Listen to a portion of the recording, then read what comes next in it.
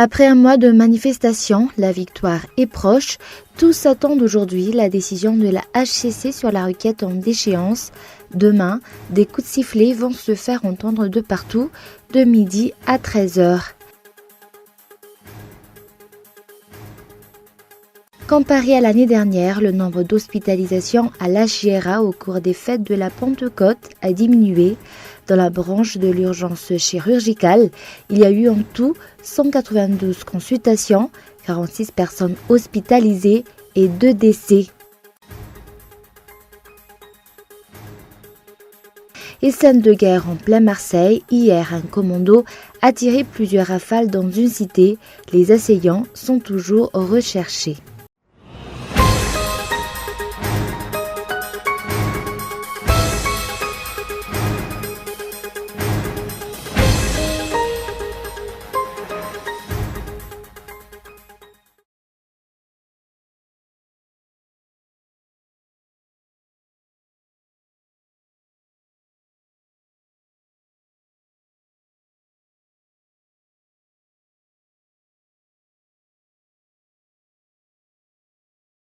Bonsoir à tous et bienvenue dans cette nouvelle édition du journal en version française sur Cool TV. À la une, après un mois de manifestation, la victoire est proche. Tous attendent aujourd'hui la décision de la HCC sur la requête en déchéance. Cette grève a été suspendue au cours des fêtes. Elle a repris ce jour et ne s'arrêtera qu'une fois le président Radzonar Mampian aura déposé sa démission. Demain, des coups de sifflet vont se faire entendre de partout, de midi à 13h. Reportage.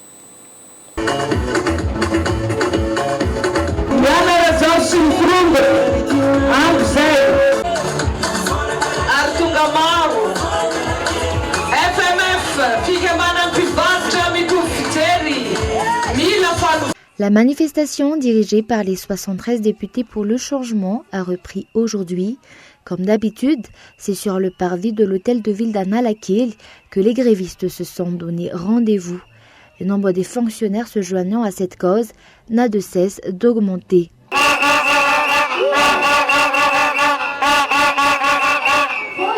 Les partisans de cette lutte se sont ensuite dirigés vers la HCC pour réclamer de nouveau la décision des membres de cette institution à propos de la requête en déchéance déposée par les députés de l'opposition.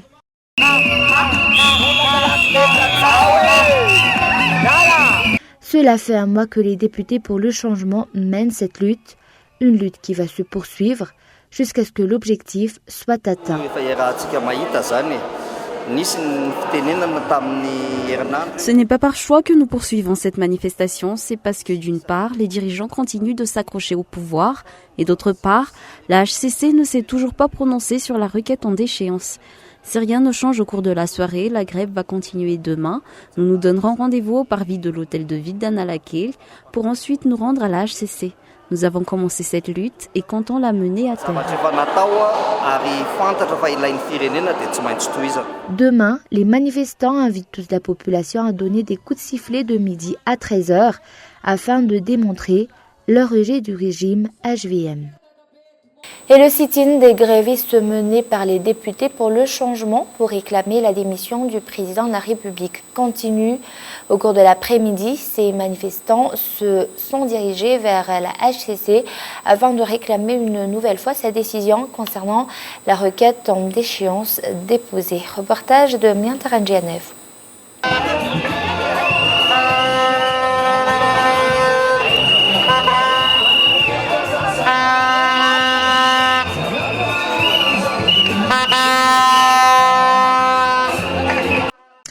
Les manifestants pour le changement sont une nouvelle fois allés faire un sit-in devant l'enceinte de la Haute Cour constitutionnelle pour réclamer la décision des membres de cette institution sur la requête en déchéance. Selon eux, les membres de la HCC ne devraient pas faire preuve de favoritisme en prenant parti pour le régime. Cette institution devrait ce fait faire part de sa décision demain, d'après les députés pour le changement.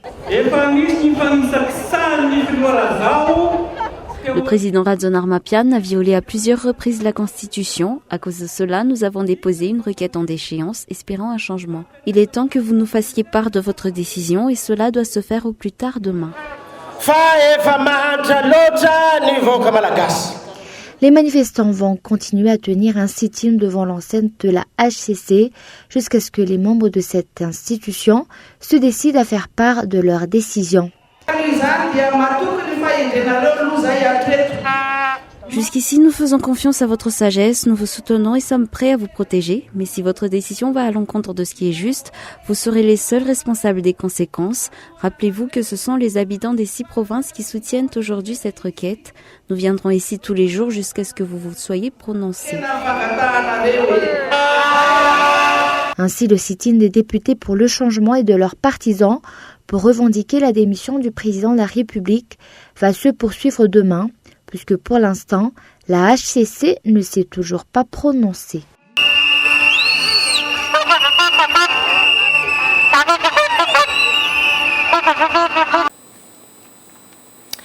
Et cela fait un mois depuis hier que les députés pour le changement ont mené cette lutte sur la place du 13 mai. La victoire est proche d'après ces parlementaires, rappelant que c'est l'adoption forcée des textes électoraux qui est à l'origine de cette manifestation. Reportage de Lily Rabiat.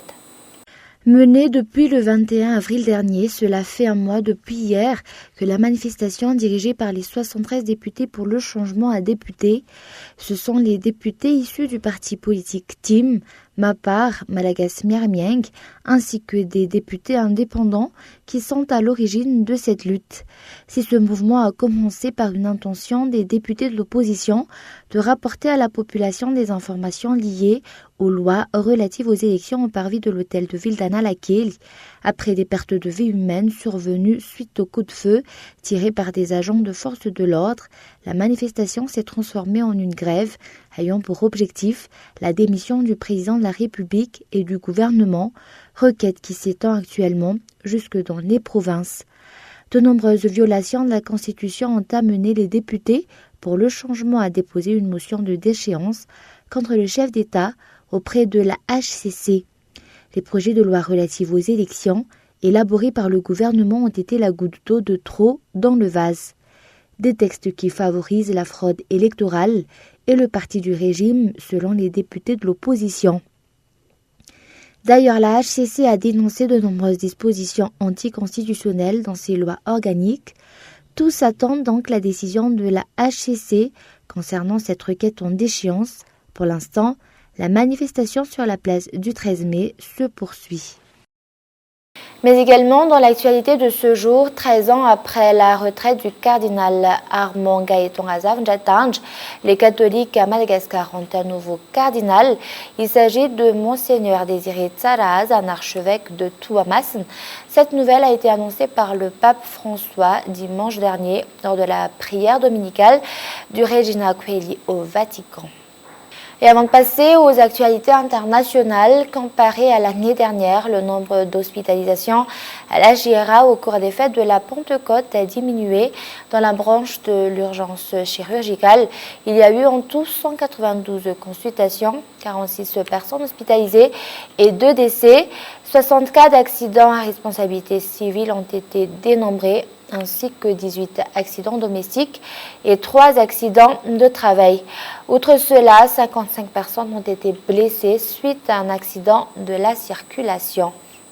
Et un incendie s'est déclenché dimanche dernier, jour de la Pentecôte, dans un magasin de vêtements situé au rez-de-chaussée du Budin Ramarsan à Beoujik. Aucune victime n'est à déplorer et l'origine du feu n'est pas encore déterminée avec certitude. Reportage. Le feu s'est déclaré ce lundi vers 14h. Alors que le magasin était fermé, aucune perte humaine n'est à déplorer. D'après les témoins, un homme d'origine chinoise est resté bloqué à l'étage et a dû être secouru par les pompiers. Il y avait beaucoup de fumée constatée depuis l'autre côté de l'immeuble. Un Chinois et un enfant sont restés coincés à l'étage. En attendant les pompiers, un corps occupé à ouvrir le portail. Le Chinois a failli se jeter par la fenêtre depuis le building pour fuir les flammes. Fort heureusement, les pompiers ont réussi à le secourir à temps. Au cours de la matinée, des ouvriers ont fait des travaux de soudure dans l'un des box. C'est vers 14h que l'incendie s'est déclaré. Quand on est arrivé sur place, tout était fermé puisque c'était un dimanche. On a dû alors enfoncer le portail en acier. Une fois à l'intérieur, on a remarqué que le feu provenait du sous-sol. On a alors fait notre travail et le feu a fini par s'éteindre. Mais comme les box ont brûlé en même temps, on s'est d'abord occupé de ceux du sous-sol et ensuite ceux du rez-de-chaussée et ainsi de suite. Au total, 18 box ont brûlé. Ces derniers contenaient des marchandises comme des vêtements, du tissu ou encore du matériel. C'est la partie du sous-sol qui a été le plus affectée par ce sinistre. Au total, 18 box ont été consumées par les flammes et le montant des dégâts reste encore indéterminé. Et place maintenant aux actualités internationales. Scène de guerre en plein Marseille. Hier, un commando a tiré plusieurs rafales dans une cité. Les assaillants sont toujours recherchés. Reportage de France 24. Les coups de feu claquent dans la cité. Il est à peine 17h hier quand un commando d'une dizaine d'assaillants encagoulés investit le quartier de la Busserine au nord de Marseille. Avec 3 ou 4 voitures, ils bloquent les rues, puis tirent en l'air avec des fusils d'assaut. Certains habitants filment la scène par leurs fenêtres.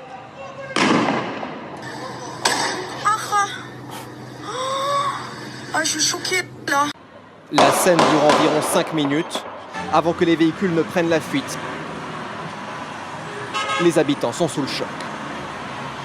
Quand je suis arrivé là, ça a commencé à tirer, je suis parti en courant. La vérité, c'est un film de western. Vous avez les jeux de guerre là, de PlayStation? Voilà, c'est un jeu de Call of. Franchement, j'hallucine. J'hallucine de voir comment ça se passe, je veux dire, la vie des quartiers, l'insécurité qu'il y a. On s'inquiète beaucoup pour nos jeunes. Aucun blessé par balle n'est à déplorer, mais un des habitants a reçu un coup de crosse dans le visage. Au moment de partir, les assaillants se retrouvent face à une première voiture de police qu'ils mettent en joue. Les véhicules parviennent à s'échapper en direction de l'autoroute. Les individus ont pris la fuite et ont été récupérés par l'équipage de la CSI, de la compagnie de sécurisation et d'intervention de Marseille, qui eux a essayé de les intercepter sur l'autoroute. Et les individus les ayant à nouveau reconnus, les ont visés clairement avec la Kalachnikov pour faire feu sur eux. Selon un témoignage recueilli par les enquêteurs, une personne aurait été enlevée par ce commando armé. La police judiciaire a été saisie de l'enquête. Et le joyau de l'Inde est en train de changer de couleur. Le Taj Mahal vire au vert. La faute à la pollution et aux déchets qui l'entourent. Reportage de France 24. Puis cette image tournée en 1978, le Taj Mahal a tristement changé. Aujourd'hui, sacs plastiques et autres déchets s'accumulent au pied du monument. Au cours des 30 dernières années, l'aire d'Agra, 8e ville la plus polluée au monde, a jauni le marbre blanc du monument. Une situation qui inquiète les guides locaux. Le Taj Mahal est en train de mourir et c'est à cause de la pollution. La rivière est à sec, il y a beaucoup de véhicules ici et beaucoup de constructions de l'autre côté. À cause de tout cela, il y a de moins en moins de touristes. Nous demandons au gouvernement et aux autorités de faire quelque chose pour protéger le Taj. Les déjections des insectes provenant des égouts voisins salissent aussi les murs du bâtiment.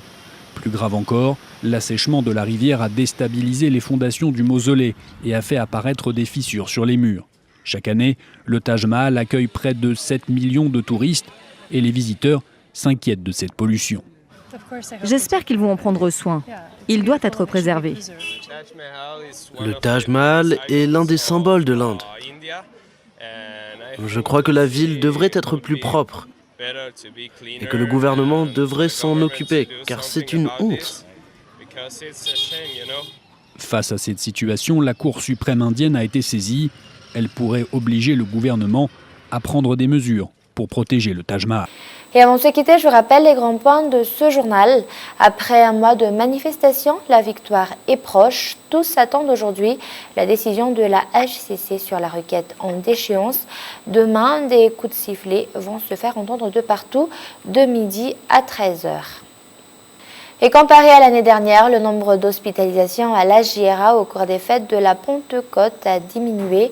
Dans la branche de l'urgence chirurgicale, il y a eu en tout 192 consultations, 46 personnes hospitalisées et 2 décès.